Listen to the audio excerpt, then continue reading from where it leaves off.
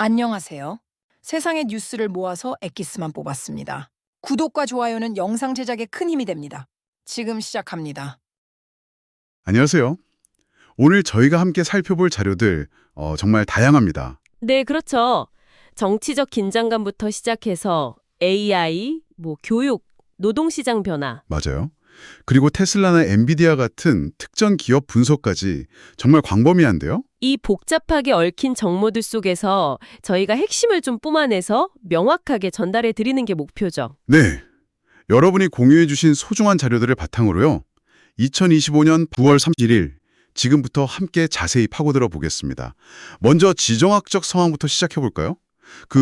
시카고 시장하고 트럼프 행정부 사이에 이민 단속 문제로 갈등이 있다고요? 네, 맞아요. 브랜든 존슨 시카고 시장이 시경찰이 연방 이민 단속 활동에 협력하는 걸 금지하는 행정명령을 내렸다고 합니다. 연방 요원을 늘리려는 트럼프 행정부 계획에 대한 좀 정면 대응 같은 거네요. 네, 그렇죠. 이 계획이 9월 5일쯤 시작해서 한 30일 정도 계속될 수 있다고 하는데요. 이민 문제에 초점을 맞춘 거고요. 존슨 시장은 트럼프 대통령을 무모하고 통제불능, 민주주의 위협 이렇게 강하게 비판했던데요. 네, 반면에 트럼프 대통령이랑 백악관은 시카고 범죄 문제 해결을 위한 조치다, 민주당의 정치쇼다 이렇게 반박하고 있고요. 심지어 연방 이민세관 단속국 IC의 요원들이 얼굴 가리는 거 있잖아요. 네네. 그것도 시카고 경찰한테는 금지 조치를 내렸다고 하더라고요. 이야, 정말 강경하네요. 네, 근데 이게 단순히 시카고만의 문제는 아니라는 게 흥미로운 지점이에요. 자료에서도 언급됐지만 민주당이 운영하는 주요 도시의 연방정부 영향력을 확대하려는 어떤 더 큰 흐름의 일부로 볼 수 있다는 거죠. 로스앤젤레스에서도 비슷한 움직임이 있었다고요? 네, 맞아요.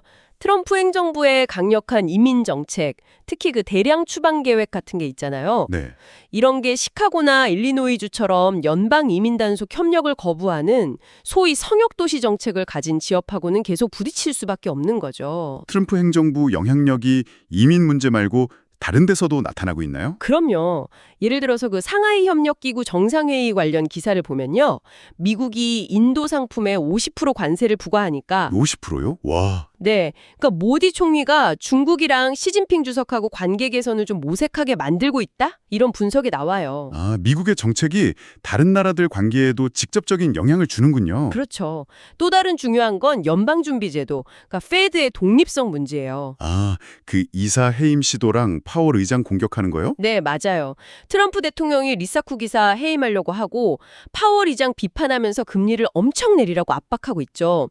지금 4.3%인데 1.3%까지 내리라고요. 1.3%요? 만약에 연준이 진짜 정치적 압력에 굴복하면 경제에는 엄청 안 좋을 것 같은데요. 네, 경제학자들이 진짜 심각하게 우려하고 있어요. 단기적으로는 경기가 좀 좋아 보일 수 있겠죠. 금리 내리니까. 네. 근데 장기적으로는 인플레이션이 막 통제 불가능해지고 결국 주택담보대출, 자동차대출 이런 거 다 금리가 올라가서 경제 전체에 부담을 줄 수 있다는 거죠. 중앙은행 독립성이 중요한 이유가 다 있거든요. 그렇군요. 그리고 예멘 후티 반군 총리가 사망했다는 소식도 있었죠. 네, 아메드 알 라하위 총리요. 이스라엘 공습으로 사망했는데 이것도 그냥 넘어갈 게 아니라 가자지구 전쟁이나 홍해 선박 공격하고 관련된 미국 이스라엘의 군사작전이라는 좀 더 큰 지정학적 맥락에서 봐야 합니다. 단순한 지역 문제가 아니라는 거죠. 정말 여러 군데서 긴장감이 높아지고 있네요. 이제 주제를 좀 바꿔서 AI 쪽으로 가볼까요? 네, 좋습니다. AI가 음악 산업을 막 뒤흔들고 있다는 소식이 재밌더라고요. 음악 전혀 모르는 사람도 AI로 노래 만들고 돈까지 번다고요? 네, 맞아요. 영국의 올리버 맥켄, 아임 올리버라는 분이 대표적인데요. 시각 디자이너 출신인데 수노나 우디오 같은 AI 도구로 음악을 만들었어요. 그런 툴들이 있군요. 네, 근데 그 곡 중 하나가 300만 스트리밍 넘었고 음반사 계약까지 했다는 거예요. 와, 300만이요?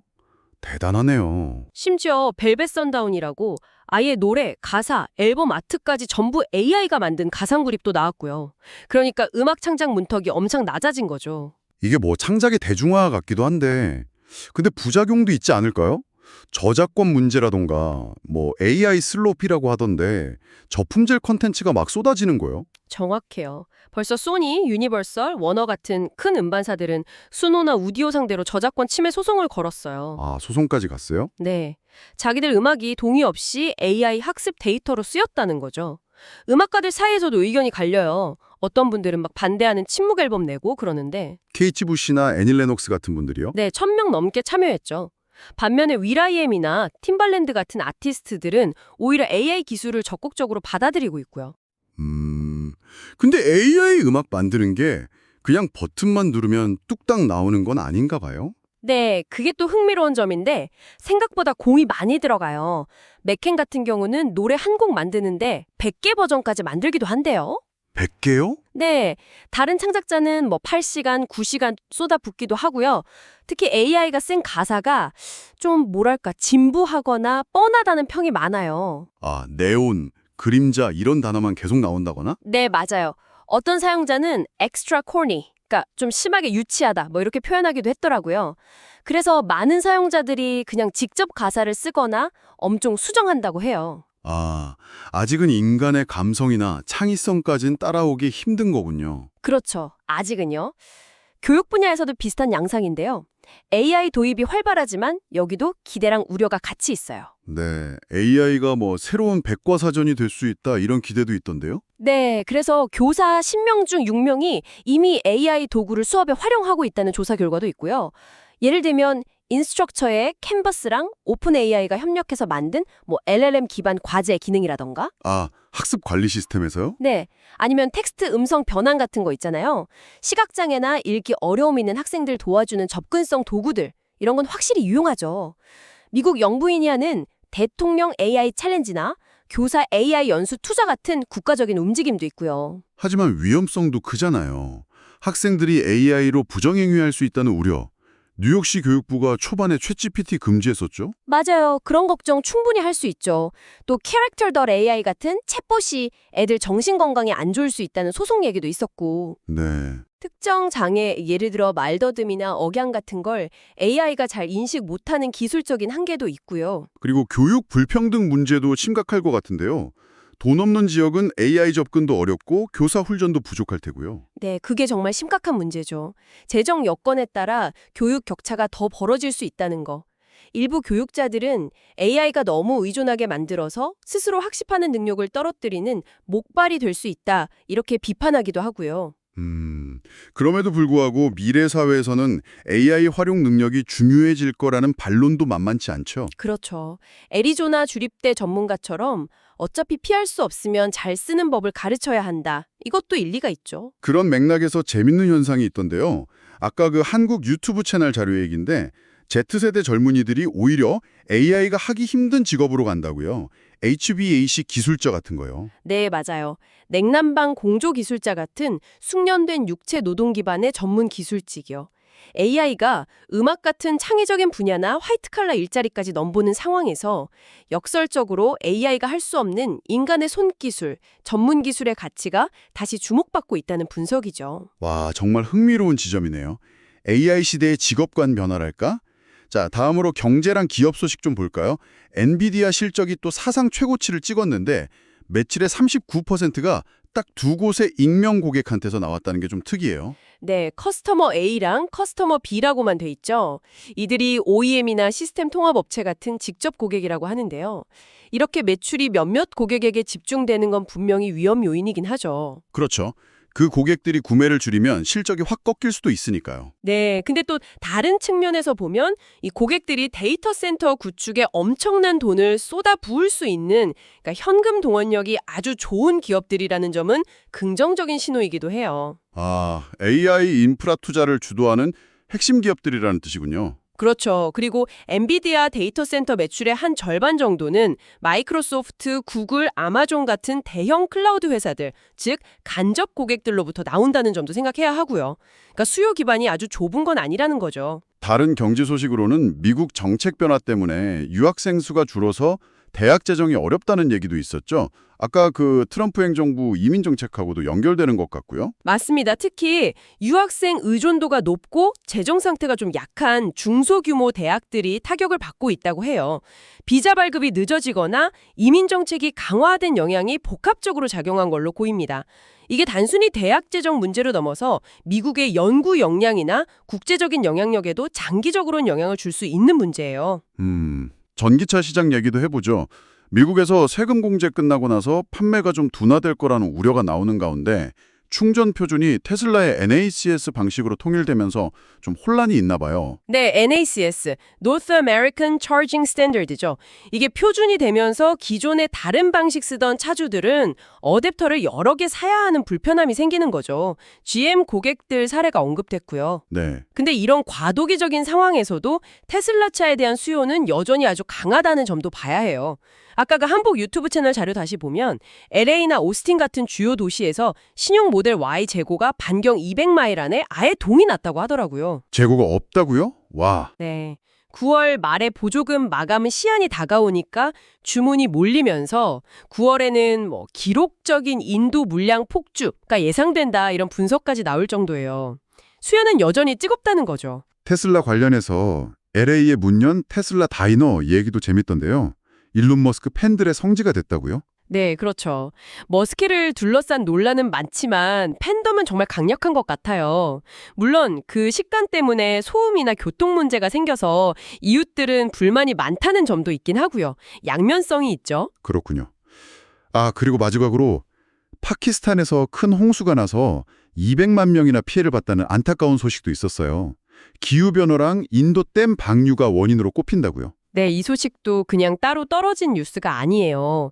기후변화로 인한 자연재해는 식량 문제, 자원 갈등, 또 난민 문제로 이어져서 지정학적 불안정을 더 심화시킬 수 있거든요. 복구하는데 돈도 엄청 들고요. 결국 모든 이슈가 다 연결되어 있는 셈이죠. 자, 그럼 이제 테슬라 분석에 좀 더 집중해보죠. 특히 여러분이 공유해주신 그 한국 유튜브 채널 내용을 중심으로요. 호주에서 FSD, 완전 자율주행 성능이 아주 인상적이라는 평가가 많다고 들었어요. 네, 맞아요. 도로변에 있는 캥거루나 길 건너는 오리 같은 동물들한테 반응하는 모습이 놀랍다는 건데요. 캥거루요? 오리요? 어떻게 반응하는데요? 이게 그냥 단순히 장애물 피하는 수준이 아니고요. 주변 환경의 맥락, 그리고 잠재적인 위험까지 예측하는 걸 보여주는 거예요.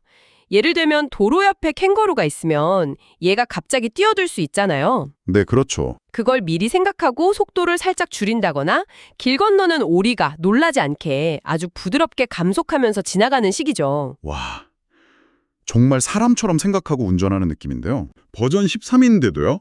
그럼 곧 나올 버전 14는 훨씬 더 좋겠네요. 네, 버전 14는 아예 사람보다도 안전한 수준을 목표로 한다고 하니까 기대가 크죠. 이런 긍정적인 반응들이 쌓이면 당연히 FSD 채택률도 올라갈 거고 그게 테슬라 수익 증대로 이어질 수 있겠죠. 그게 결국 투자자들이 2035년에도 테슬라랑 스페이스X, XAI 같은 관련 기업들 가치가 최상위권일 거라고 예측하는 이유랑 연결되는 거군요. 그렇죠. 투자자들이 보는 테슬라의 장기적인 가치는 단순히 차 파는 회사가 아닌 거죠. FSD 기술 라이센스 판매 가능성, 로보택시 네트워크 운영, 그리고 그 옵티머스 같은 휴머노이드 로봇의 상용화, 이런 것들이 다 포함된 거예요. 아, 로봇까지요? 네, 이런 혁신들이 진짜 현실이 된다면 기업 가치가 지금이랑은 비교도 안 될 정도로 커질 수 있다는 기대가 있는 거죠. 스페이스X의 스타링크나 XAI의 AI 기술 잠재력도 물론 크고요. 그 채널에서 나온 투자 철학 얘기, 두려움과 무지함이 부의 장벽이 된다는 거 있잖아요. 이게 테슬라 같은 혁신 기업 투자랑 어떻게 연결될까요? 그게 아주 핵심적인 이야기인데요. 그 두려움, fear죠. 그리고 무지함, ignorance. 이 두 가지가 테슬라 같은 혁신 기술 기업에 투자하는 걸 망설이게 만드는 가장 큰 심리적 장벽이라는 거예요. 두려움과 무지함이요? 네, 두려움 때문에 주가 변동성이 크거나 CEO 리스크 같은 불확실성을 실제보단 더 크게 느껴서 투자를 주저하게 되는 거죠. 자료에 나온 예시처럼 러시아 유학 가기 무서워서 기회를 놓친 친구처럼요. 아, 막연한 공포심 같은 거군요. 그렇죠. 그리고 무지함은 기업의 본질적인 성장 잠재력, 그러니까 펀더멘털을 보기보다는 그냥 단기적인 뉴스나 주가 등락에만 매달리게 만들어요. 오랫동안 집 한 채만 가지고 있으면서 다른 자산 증시 기회를 놓친 친척분 예시처럼요. 금융 지식이 부족하면 뭐가 좋은 기회인지 알아보지 못하는 거죠. 그럼 이 두려움과 무지함을 어떻게 극복해야 할까요? 해법이 있을까요? 결국은 꾸준한 학습이에요. 금융 이해력, financial literacy라고 하죠. 이걸 높이는 수밖에 없어요. 지금 이렇게 여러분이 정보를 찾아 듣고 계신 것처럼 계속 배우고 분석하면서 기업과 기술의 본질을 이해하려고 노력해야 합니다. 스스로 판단할 수 있는 능력을 키우는 거군요. 네, 맞아요. 기업의 기술이 어떻고 비전은 뭐고 리스크는 뭔지 이걸 스스로 판단할 수 있어야 해요. 그렇게 이해도가 깊어지면 막연한 두려움은 자연스럽게 줄어들고 좀 더 확신을 가지고 장기적인 관점에서 투자를 볼 수 있게 되는 거죠. 특히 변동성이 큰 혁신 기업일수록 이런 깊이 있는 이해가 더더욱 중요합니다. 네, 오늘 정말 방대한 내용을 다뤘습니다. 정치적인 충돌부터 AI가 바꾸는 산업과 교육, 경제지표 변화, 기후위기 영향, 그리고 테슬라의 미래 전망과 투자 철학까지 짚어봤는데요. 이 모든 다양한 사건과 정보들이 결국 어떻게 연결된다고 정리할 수 있을까요? 이 모든 현상들은 절대 개별적으로 존재하는 게 아니에요. 서로 아주 긴밀하게 연결돼서 영향을 주고받죠. 예를 들어 트럼프 행정부의 정책은 시카고 이민 문제뿐만 아니라 인도와의 무역관계, 심지어 연준의 통화정책까지 영향을 미치잖아요. 네, 그렇죠. AI 기술은 음악, 조교, 노동시장에 엄청난 가능성을 열어주지만 동시에 저작권 문제나 불평등 같은 새로운 과제도 던져주고요. 맞아요. 엔비디아 실적은 AI 붐을 보여주면서도 공급망 집중이라는 리스크를 드러내고 그렇죠. 테슬라의 FSD 진전과 강력한 수요는 에너지 전환이나 미래 모빌리티의 방향을 보여주고요. 파키스탄 홍수는 기후변화가 더 이상 먼 미래의 일이 아니라 당면한 현실적인 위협이라는 걸 보여주죠. 결국 모든 게 다 얽히고 설켜서 세상을 움직이고 있는 거군요. 네, 바로 그거죠. 이 모든 점들이 연결되어서 지금의 세상을 만들고 또 미래로 나아가게 하는 동력이 되는 겁니다.